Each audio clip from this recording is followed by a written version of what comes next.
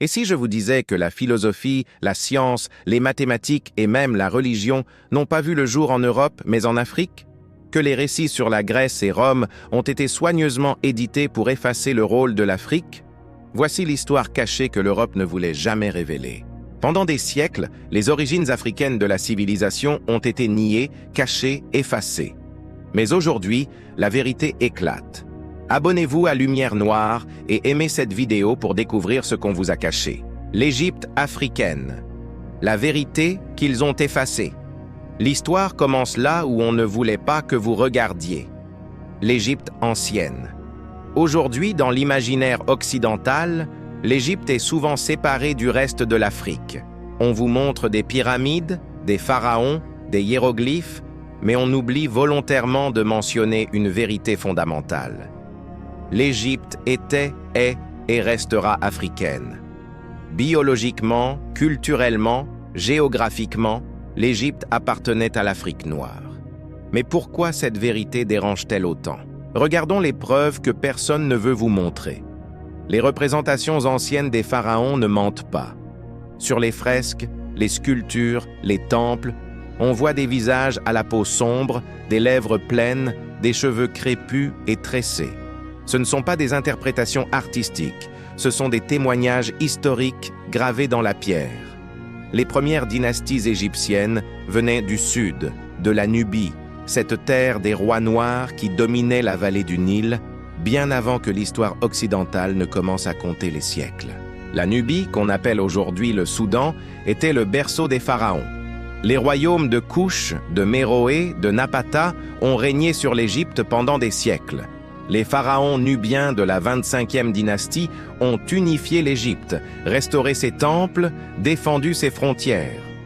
Pourtant, dans vos livres d'école, combien de fois avez-vous entendu parler des pharaons noirs?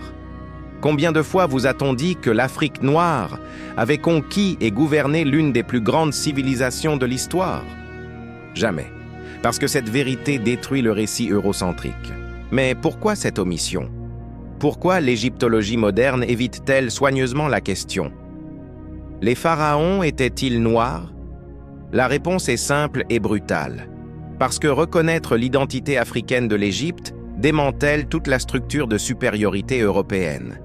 Si l'Afrique noire a construit les pyramides, inventé l'écriture hiéroglyphique, développé les mathématiques, l'astronomie et la médecine, alors comment l'Europe peut-elle justifier des siècles d'esclavage et de colonisation? Comment peut-elle prétendre que les Africains étaient des sauvages qui avaient besoin d'être civilisés? Parlons maintenant de ce que l'Égypte a vraiment apporté au monde. Pendant que l'Europe était encore dans l'obscurité, l'Égypte ancienne maîtrisait des connaissances qui semblent presque impossibles. Les pyramides de Gizeh, construites il y a plus de 4500 ans, sont alignées parfaitement avec les étoiles.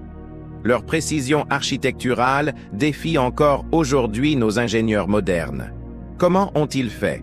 Comment des hommes sans technologie moderne ont-ils pu tailler, transporter et assembler des blocs de pierre pesant jusqu'à 80 tonnes avec une précision au millimètre près? La réponse réside dans leur génie mathématique et astronomique. Les Égyptiens connaissaient le nombre pi bien avant que les Grecs ne le découvrent. Ils avaient calculé la circonférence de la Terre avec une précision étonnante. Ils utilisaient la géométrie sacrée dans la construction de leurs temples, créant des structures qui résonnent avec les fréquences universelles. Le temple de Karnak, le temple de Luxor, Abou Simbel. Chacun de ces monuments est un livre ouvert de connaissances cosmiques. Mais ce n'est pas tout. La médecine égyptienne était si avancée qu'elle fait encore trembler les historiens. Des papyrus médicaux, comme le papyrus Edwin Smith, décrivent des chirurgies du cerveau, des interventions cardiaques, des traitements dentaires. Les médecins égyptiens pratiquaient des opérations à crâne ouvert, connaissaient l'anatomie humaine en détail, utilisaient des centaines de plantes médicinales. Ils avaient même développé des antibiotiques naturels à partir de pins moisis, 3000 ans avant qu'Alexander Fleming ne découvre la pénicilline. Et tout cela, l'Europe l'a appris de l'Afrique. Hérodote, qu'on appelle le père de l'histoire, a écrit noir sur blanc que les Grecs avaient appris la géométrie, l'astronomie et même les rituels spirituels de la vallée du Nil. Platon lui-même a déclaré que l'Égypte était la fontaine de sagesse. Pythagore, ce mathématicien grec qu'on célèbre dans toutes les écoles, a passé plus de 20 ans en Égypte à étudier dans les temples de Memphis et d'Héliopolie avant de ramener ses connaissances en Grèce et de les présenter comme les siennes. Hippocrate, le père de la médecine, il a étudié les textes médicaux africains, copié leurs techniques chirurgicales, leurs diagnostics, leurs traitements. Pourtant, dans vos manuels scolaires, on vous enseigne le génie grec comme s'il était apparu du néant. On ne vous dit jamais que la Grèce était l'élève et l'Afrique le maître. On ne vous montre jamais que les philosophes grecs étaient des étudiants qui ont voyagé en Afrique pour apprendre aux pieds des sages africains. Mais l'Égypte n'était pas seulement une civilisation de science et de technologie. C'était aussi le centre spirituel du monde ancien. Le concept de Ma'at, cette notion d'équilibre, de vérité, de justice cosmique, était au cœur de la pensée égyptienne. Ma'at représentait l'harmonie universelle, l'ordre contre le chaos, la vérité contre le mensonge. Ce concept a influencé toute la philosophie occidentale. Les Grecs l'ont adopté, les Romains l'ont copié, et aujourd'hui, ils forment la base de nos systèmes juridiques modernes. Mais qui vous dit que cela vient d'Afrique? Les mystères d'Isis et d'Osiris, ces enseignements spirituels profonds sur la mort, la renaissance, l'immortalité de l'âme, ont été directement copiés dans les religions à mystère grecques et romaines. Plus tard, ces mêmes concepts ont été intégrés dans le christianisme primitif. La Vierge Marie allaitant l'enfant Jésus. C'est l'image exacte d'Isis allaitant Horus, représentée dans les temples égyptiens 3000 ans plus tôt. La résurrection. C'est le mythe d'Osiris qui meurt et renaît. La Trinité Père, Fils, Esprit. C'est la Trinité égyptienne Osiris, Horus, Isis, transformée et rebaptisée. L'Europe a tout pris, tout copié, tout renommé. Et ensuite, elle a effacé la source. Pourquoi? Parce qu'à partir du XVe siècle, pendant la Renaissance, l'Europe avait besoin de construire une nouvelle identité. Elle émergeait des âges sombres, ces siècles de guerre, de peste, de déclin. Pendant ce temps, les empires africains comme le Mali, le Songhai, l'Éthiopie prospéraient. L'héritage de l'Égypte brillait toujours dans les sables. Mais les érudits européens faisaient face à un problème embarrassant. La tradition intellectuelle qu'ils voulaient revendiquer, les mathématiques, l'astronomie, la médecine, la philosophie, tout cela ne venait pas d'Europe, cela venait d'Afrique. Alors ils ont commencé à réécrire l'histoire. Ils ont blanchi l'Égypte, la présentant comme une civilisation proche-orientale, méditerranéenne, n'importe quoi sauf africaine. Ils ont inventé des théories raciales pseudo-scientifiques pour séparer l'Égypte du reste de l'Afrique. Au XVIIIe et XIXe siècle, quand l'Europe construisait ses empires coloniaux, ce processus d'effacement s'est intensifié. Pour justifier la conquête de l'Afrique, il fallait présenter les Africains comme des inférieurs, des sauvages sans histoire. Mais comment faire quand les pyramides se dressent toujours, témoins silencieux d'une grandeur africaine? Simple, on vole les artefacts, on détruit les preuves, on réécrit les manuels. Les armées coloniales ont pillé les tombes, volé les momies, emporté les obélisques. Aujourd'hui, les plus grands trésors d'Égypte ne sont pas au Caire, mais au British Museum, au Louvre, dans les musées de Berlin et de New York. Ils ont arraché l'âme de l'Afrique et l'ont exposée dans des vitrines européennes, prétendant l'avoir sauvée alors qu'ils l'avaient volée. Et la manipulation ne s'arrête pas là.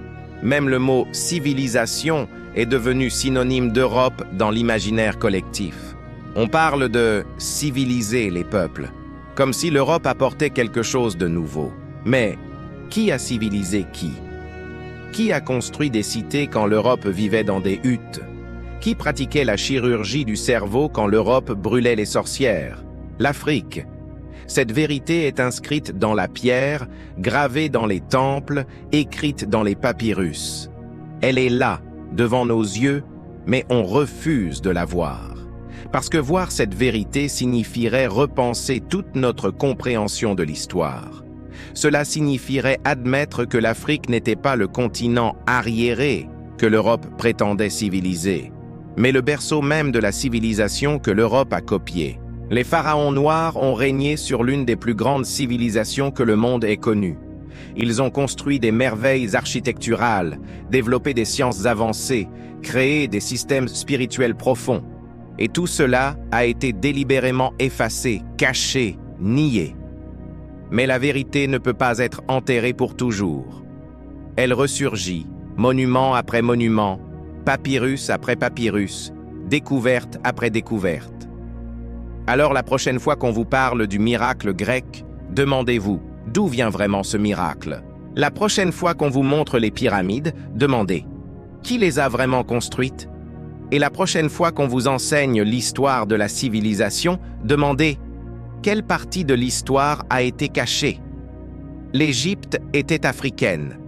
Les pharaons étaient noirs. Et c'est l'Afrique qui a donné la civilisation au monde. Si cette vérité vous interpelle, abonnez-vous à Lumière Noire, likez cette vidéo et partagez-la. Ensemble, nous rétablissons ce qui a été effacé. Le chapitre 2 vous attend. La Bible africaine, les vérités spirituelles qu'on vous a cachées. Maintenant, préparons-nous à découvrir une vérité encore plus dérangeante. Une vérité qui ébranle les fondations mêmes du christianisme tel qu'on vous l'a enseigné. La Bible que vous connaissez, cette Bible aux images européennes, aux personnages à la peau pâle, cette Bible qui a justifié l'esclavage et la colonisation, cache un secret explosif. Elle est profondément, indéniablement africaine. Et cette vérité a été systématiquement effacée, blanchie, européanisée pendant des siècles. Commençons par le commencement. Où se déroule l'histoire biblique? Pas en Europe, pas en Amérique, mais au Moyen-Orient et en Afrique. L'Égypte apparaît plus de 700 fois dans la Bible. C'est en Afrique que les patriarches se sont réfugiés en temps de famine. C'est en Afrique que Moïse a été élevé, éduqué dans les mystères des temples égyptiens. C'est en Afrique qu'il a appris la sagesse qui allait devenir la Torah. Moïse, ce prophète fondamental du judaïsme, du christianisme et de l'islam, était un initié africain. Pensez-y un instant. Moïse a passé 40 ans dans les palais d'Égypte, formé par les prêtres les plus érudits de l'époque. Il parlait leur langue, connaissait leurs rituels, maîtrisait leur sagesse ésotérique. Les 10 commandements que Dieu lui a donnés sur le mont Sinaï, ils ressemblent étrangement aux 42 confessions négatives du livre des morts égyptiens, écrit 1000 ans plus tôt. Je n'ai pas tué, je n'ai pas volé, je n'ai pas menti. Ce sont les mêmes principes moraux que les Égyptiens récitaient devant Osiris dans le jugement de l'âme. Coïncidence? Non. Transmission de sagesse africaine. Mais on ne vous enseigne jamais cela. On vous présente les 10 commandements comme une révélation divine tombée du ciel, sans contexte, sans origine. On efface le fait que cette moralité codifiée existait déjà en Afrique depuis des millénaires. Et Jésus, l'image du Jésus blond aux yeux bleus qui orne les églises européennes, est l'une des plus grandes falsifications de l'histoire. Jésus était un juif du Moyen-Orient, né en Palestine, une région où la peau est brune, les cheveux noirs et crépus. Mais plus important encore, où Jésus a-t-il fui pour échapper au massacre d'Hérode? En Afrique, en Égypte. Matthieu 2, 13, 15 le dit clairement. « Lève-toi, prends l'enfant et sa mère, fuis en Égypte et reste-y jusqu'à ce que je te parle. » Pourquoi l'Égypte? Parce que c'était un refuge, une terre de sagesse, une civilisation qui respectait la vie sacrée. La Sainte Famille a vécu en Afrique pendant des années. L'enfant Jésus a grandi sur le sol africain, entouré de la culture égyptienne, des temples, des enseignements spirituels millénaires. Certains textes apocryphes suggèrent de même que Jésus a étudié dans les temples égyptiens pendant les années perdues entre 12 et 30 ans, ces années dont les évangiles ne parlent pas. Imaginez, Jésus, formé dans la tradition mystique africaine, initié au mystère d'Isis et Osiris, apprenant la résurrection, la vie éternelle, l'amour divin dans les temples de la vallée du Nil. Puis revenant en Palestine pour enseigner ces vérités anciennes sous une nouvelle forme. Cela expliquerait pourquoi ces enseignements résonnent si profondément avec la spiritualité égyptienne.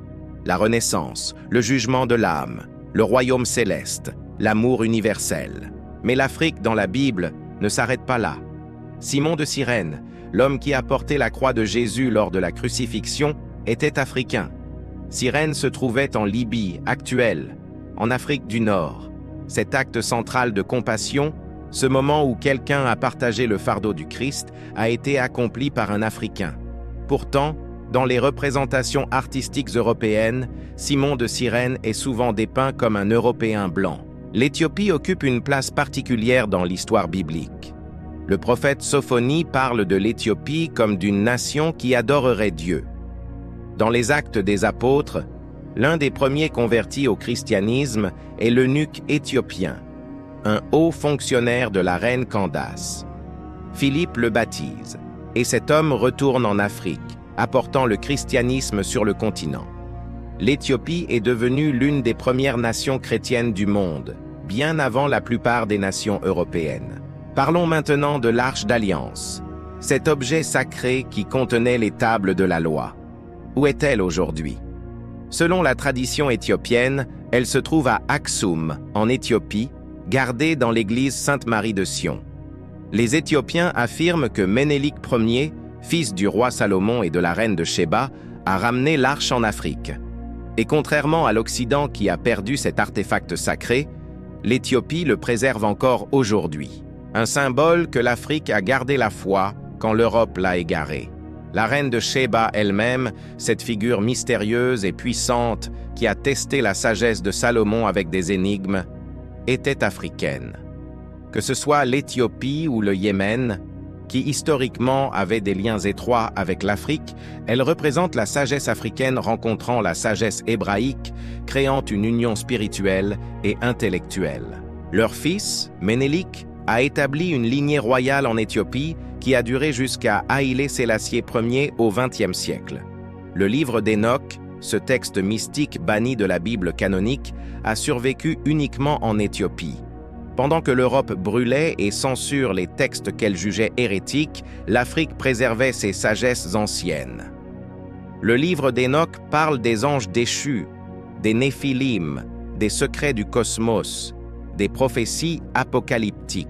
Ces connaissances ont été jugées trop dangereuses pour le christianisme européen, mais l'Église éthiopienne orthodoxe les a gardées sacrées. Saint Augustin, l'un des pères de l'Église les plus influents, celui qui a façonné la théologie chrétienne pendant des siècles, était africain.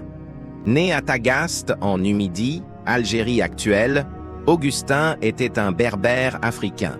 Ses œuvres, les Confessions et la Cité de Dieu sont des piliers du christianisme. Pourtant, combien de fois vous dit-on qu'un Africain a écrit les fondements de la théologie chrétienne? Combien de fois voit-on Saint Augustin représenté avec sa vraie identité africaine? Les premiers monastères chrétiens? En Égypte.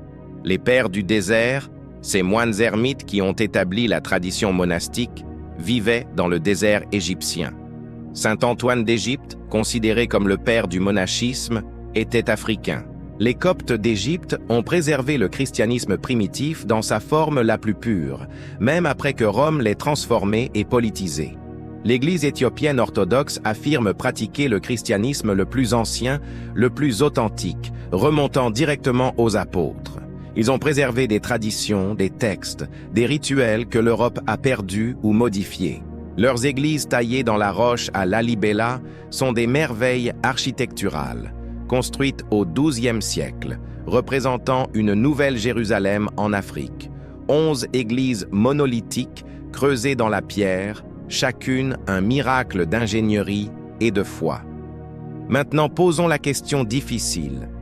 Pourquoi l'Europe a-t-elle blanchi la Bible?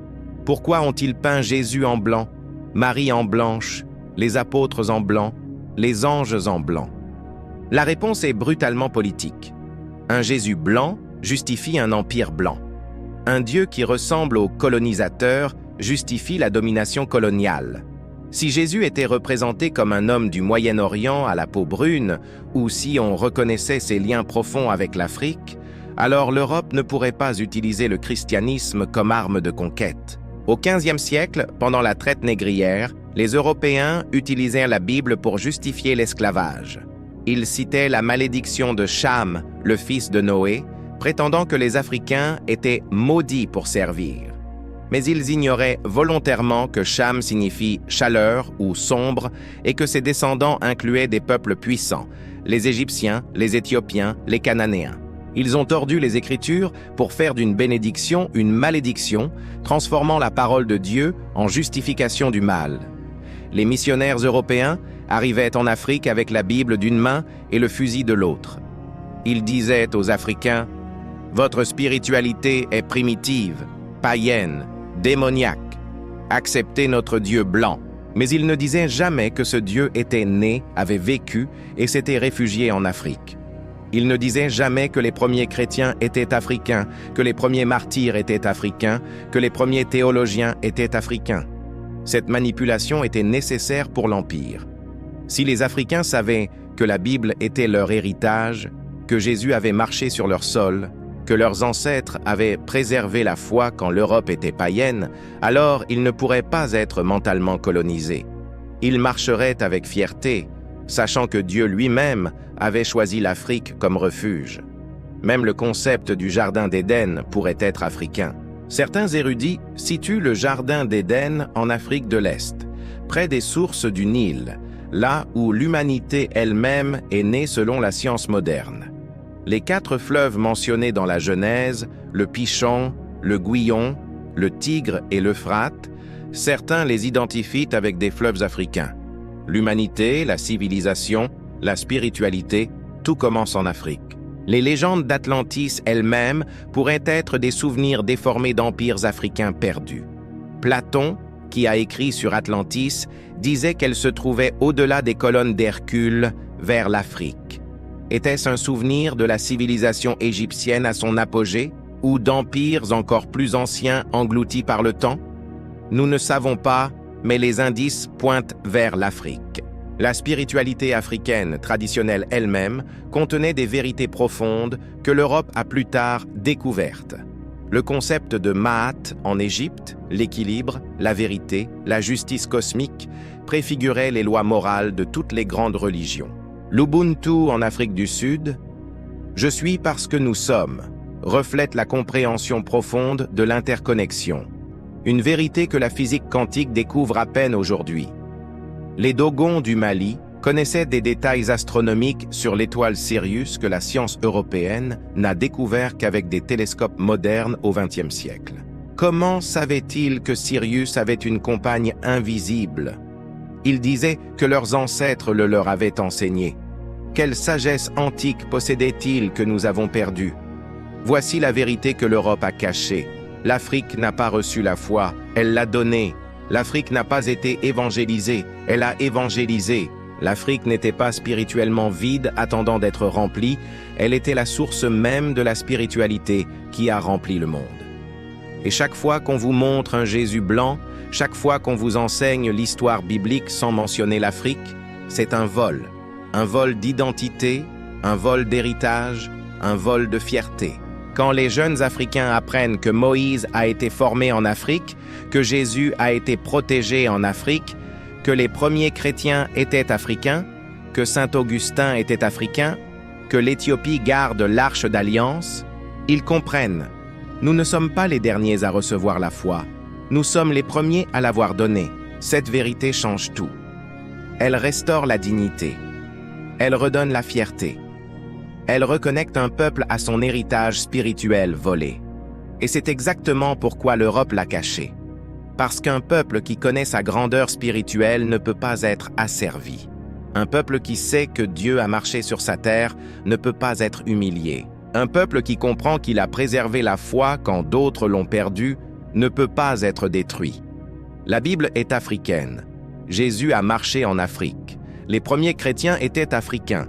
Et cette vérité, gravée dans les Écritures elles-mêmes, ne peut pas être effacée, peu importe combien on essaie de la blanchir. Si ces révélations vous touchent, si vous sentez que cette vérité doit être partagée, abonnez-vous à Lumière Noire, likez cette vidéo et partagez-la avec tous ceux qui ont besoin de connaître leur véritable héritage spirituel.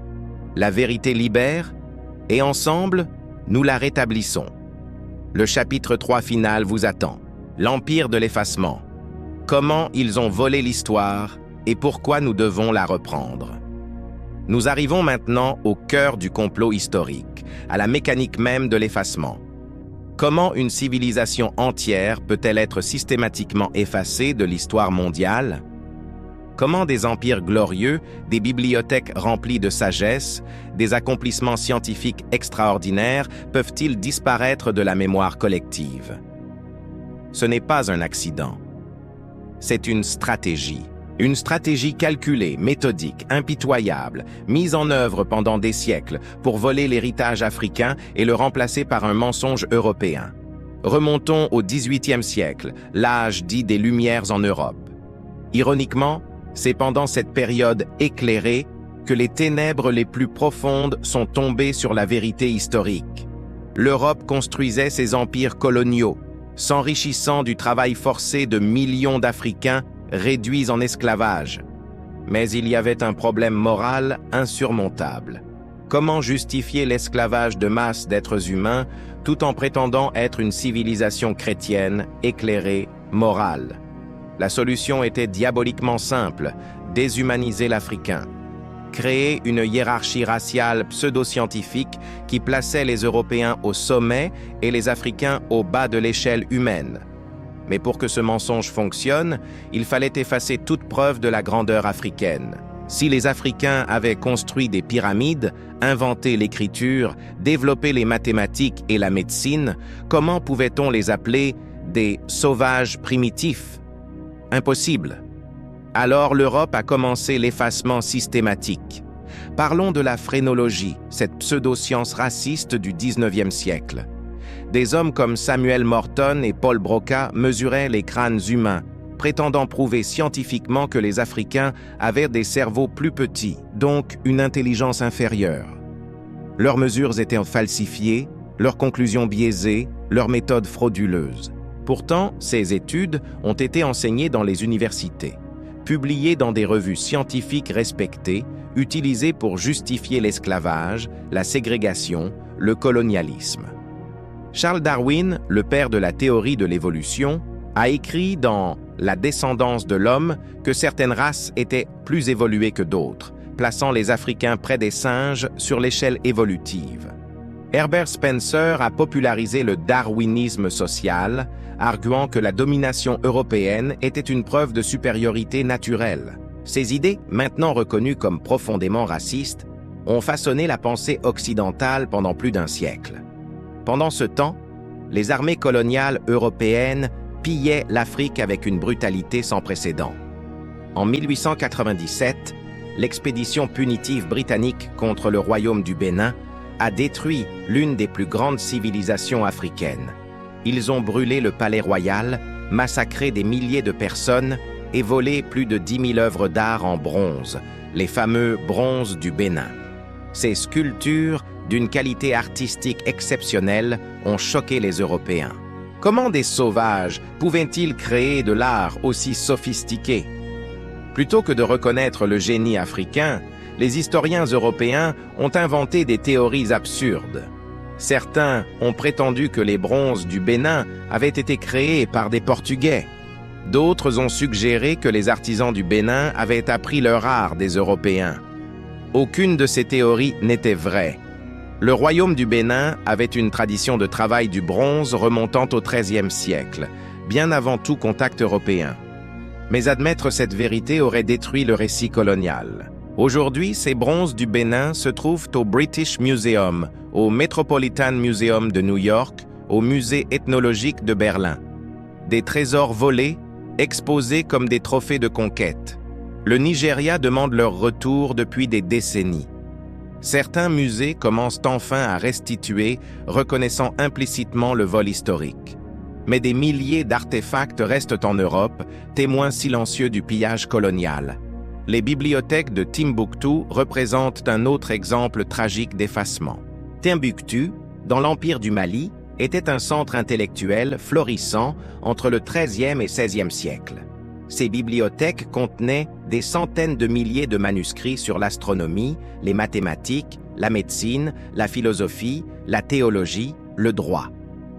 Des érudits venaient de tout le monde islamique pour étudier à l'université de Sankore. Mais quand les colonisateurs français sont arrivés, ils ont systématiquement détruit ou volé ces manuscrits. Pourquoi ? Parce que ces textes prouvaient que l'Afrique avait une tradition intellectuelle riche, une littérature scientifique avancée, une vie académique vibrante. Cela contredisait le mythe de l'Afrique sans histoire, sans écriture, sans civilisation que l'Europe propageait pour justifier la colonisation. Heureusement, des familles maliennes ont caché des milliers de manuscrits, les préservant à travers les générations. Aujourd'hui, des projets de numérisation révèlent ces trésors au monde. On découvre des traités mathématiques utilisant l'algèbre et la géométrie avancée, des textes médicaux décrivant des traitements sophistiqués, des chroniques historiques détaillant des empires puissants. Chaque manuscrit retrouvé est un coup porté au mensonge colonial. L'Empire du Mali lui-même est un exemple parfait de ce que l'Europe a voulu cacher. Au XIVe siècle, sous Mansa Moussa, le Mali était probablement le royaume le plus riche du monde. Mansa Moussa possédait tellement d'or que lors de son pèlerinage à la Mecque en 1324, il a donné tellement d'or en aumône qu'il a provoqué une inflation massive en Égypte et en Arabie, déstabilisant l'économie régionale pendant une décennie.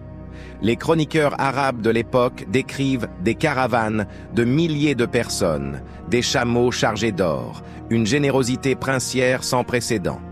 Les cartes médiévales européennes montrent Mansa Moussa assis sur un trône, tenant une pépite d'or, dominant l'Afrique. L'Europe savait. Ils savaient que l'Afrique était riche, puissante, civilisée. Mais plus tard, quand ils avaient besoin de justifier le colonialisme, ils ont oublié cette connaissance. Le royaume du Congo est une autre histoire tragique. Quand les Portugais sont arrivés au XVe siècle, ils ont trouvé un royaume organisé, avec une capitale sophistiquée, Mbanza Congo, comptant plus de 100 000 habitants. Le roi Afonso Ier a adopté le christianisme, établi des relations diplomatiques avec le Portugal et le Vatican. Des ambassadeurs congolais ont visité Rome, Lisbonne, ont été reçus comme des égaux par les cours européennes. Mais rapidement, les Portugais ont vu une opportunité plus lucrative, l'esclavage. Ils ont commencé à capturer et vendre des Congolais par milliers. Le roi Afonso a écrit des lettres désespérées au roi du Portugal, suppliant d'arrêter la traite négrière qui détruisait son royaume. Ces lettres existent encore dans les archives portugaises, témoignant d'un roi africain civilisé, chrétien, lettré, luttant contre la barbarie européenne. Mais on ne vous enseigne jamais cette histoire, car elle inverse la narration coloniale. L'Empire éthiopien, l'un des plus anciens États continus du monde, a résisté au colonialisme européen. En 1896, à la bataille d'Adwa, l'Éthiopie a infligé une défaite humiliante à l'Italie, restant l'une des seules nations africaines à ne jamais être colonisée.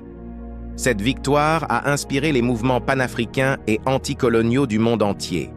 Pourtant, combien d'Occidentaux connaissent cette bataille ? Combien de manuels scolaires mentionnent qu'une armée africaine a vaincu une puissance européenne moderne ? Le Zimbabwe antique, avec ses impressionnantes constructions en pierre, représente un autre mystère que l'Europe a refusé d'accepter. Le Grand Zimbabwe, construit entre le XIe et XVe siècle, était la capitale d'un royaume riche qui contrôlait le commerce de l'or entre l'intérieur de l'Afrique et la côte Swahili.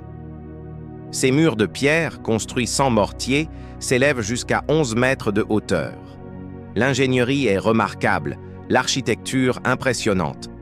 Quand les archéologues européens ont découvert ces ruines au XIXe siècle, ils ont refusé de croire que des Africains les avaient construites. Ils ont inventé des théories fantaisistes. C'étaient les Phéniciens, les Arabes, la reine de Sheba, N'importe qui sauf les Africains.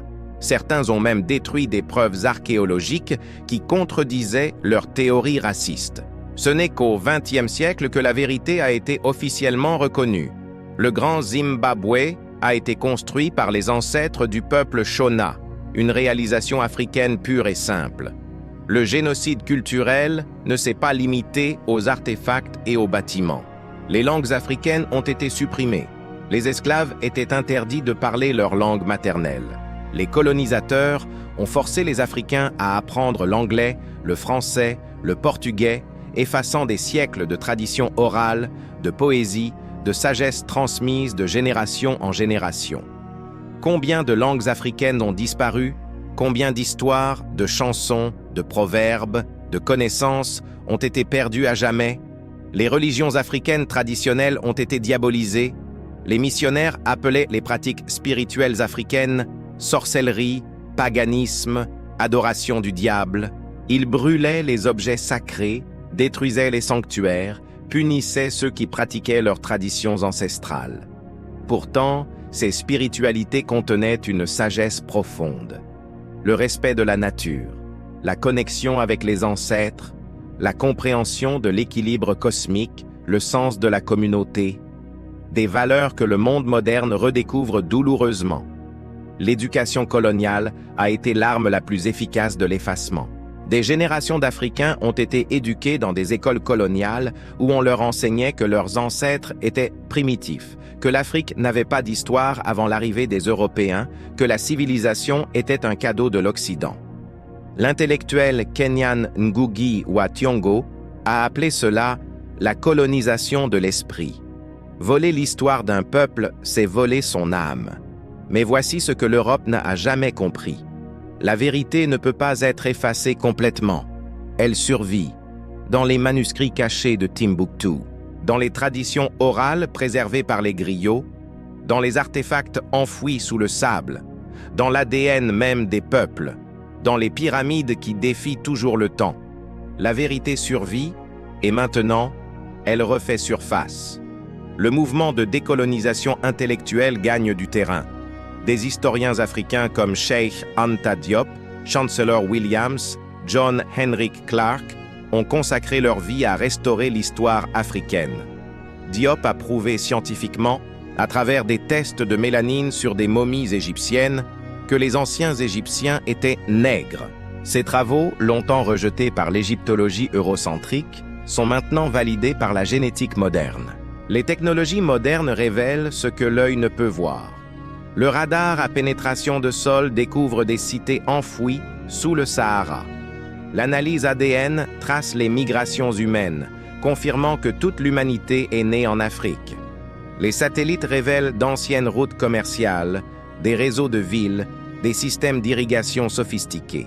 Chaque découverte confirme ce que les Africains ont toujours su. Nous avions des civilisations, nous avions de la grandeur. Internet a démocratisé l'information. Aujourd'hui, un jeune Africain au Cameroun, au Nigeria, au Kenya, peut accéder aux manuscrits de Timbuktu numérisés, lire les œuvres de Cheikh Anta Diop, voir les preuves archéologiques. L'Europe ne contrôle plus le récit. Les musées commencent à restituer les artefacts volés. Les universités révisent leur curriculum. Le changement est lent, mais il est réel.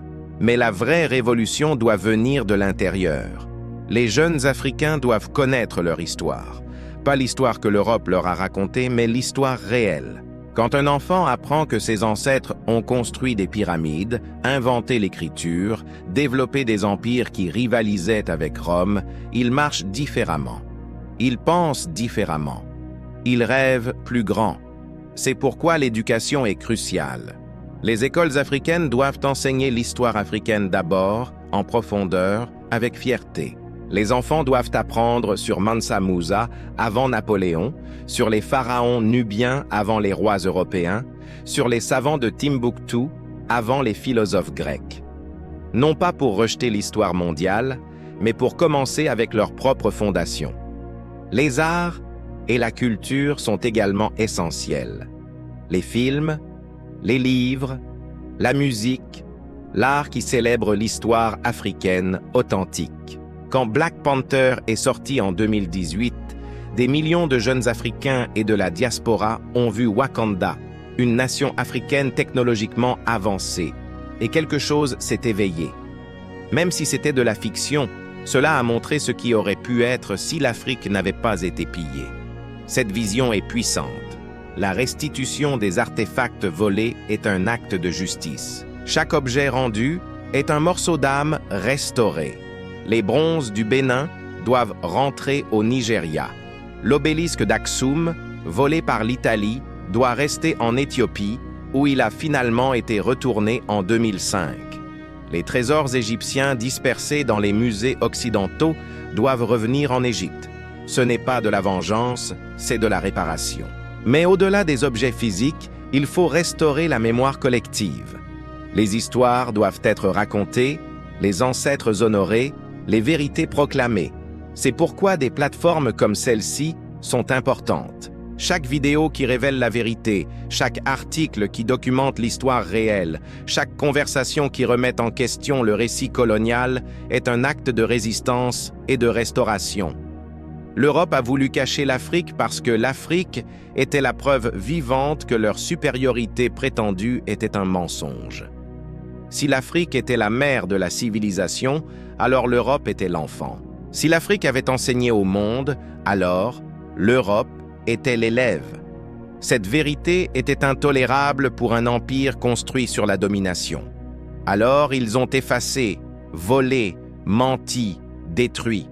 Mais voici la beauté de la vérité. Elle est indestructible. Vous pouvez la cacher, la nier, la combattre, mais elle demeure. Les pyramides sont toujours debout. Les manuscrits sont toujours préservés. L'ADN ne ment pas. La géologie témoigne. L'archéologie révèle. La vérité patiente, et quand son temps vient, elle éclate avec une force que rien ne peut arrêter. Aujourd'hui, nous vivons ce moment, un moment de réveil collectif. Partout dans le monde, les gens de descendance africaine redécouvrent leur histoire. Les Africains du continent reprennent fierté en leur héritage. La diaspora reconnecte avec ses racines. Et ensemble, nous refusons le mensonge. Nous refusons l'effacement. Nous réclamons notre histoire. Cette histoire n'est pas seulement pour les Africains, c'est l'histoire de l'humanité. Parce que si nous sommes tous sortis d'Afrique, si la civilisation a commencé là-bas, alors l'Afrique est la mère de tous. Connaître cette vérité change notre compréhension de qui nous sommes, d'où nous venons, où nous allons. L'empire de l'effacement échoue. La vérité revient. Et avec elle revient la fierté, la dignité, le pouvoir. Non pas le pouvoir de dominer comme l'Europe a dominé, mais le pouvoir de créer, d'innover, de guider. L'Afrique, qui a donné la civilisation au monde une fois, peut le faire à nouveau. Mais cette fois, avec les leçons de l'histoire, avec la sagesse de la souffrance, avec la détermination de ne jamais permettre que son histoire soit à nouveau volée. Alors que fait-on maintenant? On apprend, on enseigne, on partage, on crée, on construit, on restaure. Chacun de nous a un rôle. Les éducateurs enseignent la vraie histoire. Les artistes créent des œuvres qui célèbrent l'héritage africain. Les parents transmettent la fierté à leurs enfants. Les jeunes apprennent et refusent les mensonges. Les chercheurs découvrent et documentent. Les conteurs racontent et préservent. Et ceux qui regardent cette vidéo, vous partagez, vous commentez, vous discutez, vous remettez en question ce qu'on vous a enseigné, vous cherchez la vérité, vous soutenez ceux qui font ce travail de restauration. Parce que cette histoire appartient à tous ceux qui veulent vivre dans un monde où la vérité compte, où la justice existe, où chaque peuple est honoré pour ses contributions. L'Europe a caché l'Afrique pour construire son empire. Mais les empires tombent. Les mensonges s'effondrent. La vérité demeure. Et aujourd'hui, nous sommes témoins de la plus grande restauration historique de notre époque. L'Afrique reprend sa place, non pas par la conquête, mais par la révélation, non pas par la guerre, mais par la sagesse, non pas par la vengeance, mais par la vérité. Si après avoir regardé cette série, vous comprenez que l'histoire que vous avez apprise était incomplète, si vous réalisez que l'Afrique n'était pas un continent sans histoire, mais le berceau même de l'histoire, Si vous sentez que cette vérité doit être connue de tous, alors vous avez une responsabilité. La responsabilité de partager, d'éduquer, de participer à cette restauration. L'Afrique a été la première. L'Afrique a été le fondement. L'Afrique a été l'origine. Et maintenant, l'Afrique se lève à nouveau, non pas pour dominer, mais pour reprendre sa dignité volée. C'est notre moment, c'est notre vérité, c'est notre héritage. Ne laissez personne vous le voler à nouveau. Vous avez maintenant vu la vérité complète. Les origines africaines de la civilisation, la Bible africaine, l'empire de l'effacement et la restauration en cours. Si ces 3 chapitres ont ouvert vos yeux, si cette histoire a touché votre cœur, si vous croyez que cette vérité doit être partagée au monde entier, alors abonnez-vous à Lumière Noire, likez cette vidéo, partagez-la massivement et commentez quelle vérité historique vous voulez découvrir ensuite. Ensemble, nous ne laissons plus jamais l'histoire être volée. Ensemble, nous restaurons ce qui a été effacé. L'Afrique se lève et le monde entier doit le savoir. Que Dieu vous bénisse.